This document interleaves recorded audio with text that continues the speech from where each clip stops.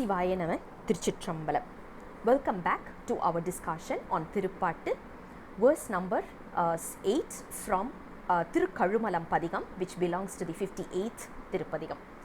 Ninai paavangal naasangal aaga ninainthu mun ezhapatta sudarai malaimagal kanavanai vaanor maanikkathai marai pugazhinai engalathu oliyai iruvarum oruvan endru unarvu ariyavanaikanaitharu kadal otham vanthulavum kazhumalam kandu kondene. Verse number 8 talks about the way how our karmic deeds are going to be eradicated. He talks about it in a plural form. If you look at it, right, he says all our karma, and he expresses it in a plural. Honestly, if you look at it, I don't think it's just the plurality that we need to look up for, at least for people like us, at least for people like me. Rather, we need to say karma to the power of infinity, because so much we have accumulated, and we are able to see that it's not a joke, right? We are able to see what kind of a trouble we are going through in our daily life, and we know obviously what kind of a life, what kind of a karma that we have already accumulated. And in this particular song verse, Nambi Arurar says, whatever it may be, whether it is sanchita karma or prarabdha karma or agamya karma, or even those that is still remnants, because we always talk about remnants karma. Even if it's a remnants karma, don't worry, that can also be totally eradicated. How? You need to totally surrender yourself, and you have to start praying Lord Shiva with the three vital organs. What are the three vital organs? Those are the three, which is our mind, our body, and our words. Why are these three given so much of an importance in Saivism is because if you imagine we have a lock. When we are locking it with a key, we need the same key to unlock it. That's exactly what we are also talking about in this. It's a logical one. If I have created a karma with my words, I need to get rid of it only with my words. If I have accumulated karma with my mind, with my thoughts, I need to get rid of it only with my thoughts. If I have accumulated karma with my physical body deeds, I need to get rid of it through this body itself. That's why we always say, sing praises of Lord Shiva in the form of Thirumurai. Do all sort of work in the temple or whatever we are able to perform. Please go ahead and do those tasks, which will help us to get rid of our karma. Third one is our mind. Always meditate on Lord Shiva. So these three are the vital areas. Now you can ask a question, if I have to only get rid of these karmas through these way, is there no other option? Then why should I believe in Lord Shiva? Simple way, Lord Shiva has the master key.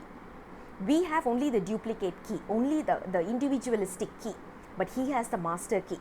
If you surrender to him, all he can do is just totally vanish it off. It is like, we talk about resetting the password, right? So he can totally reset the entire password. We don't need to even go through this kind of a cycle anymore, the vicious cycle anymore. That is the reason we always talk about doing deeds, thinking deeds, as well as singing praises about Lord Shiva, which can help in getting rid of this karmic effect. This is what we are talking about in the very first line. Then he says, he is also in the form of a fire, light, which gives light to everything around us. If you look at it, if everything is in darkness, obviously we won't be able to see anything. And what if our heart is in darkness, which is right now, right? Ignorance is the biggest darkness we are all having. How are we going to get rid of it? Obviously, we need to have a torchlight. And this torchlight should not have any kind of ignorance in it.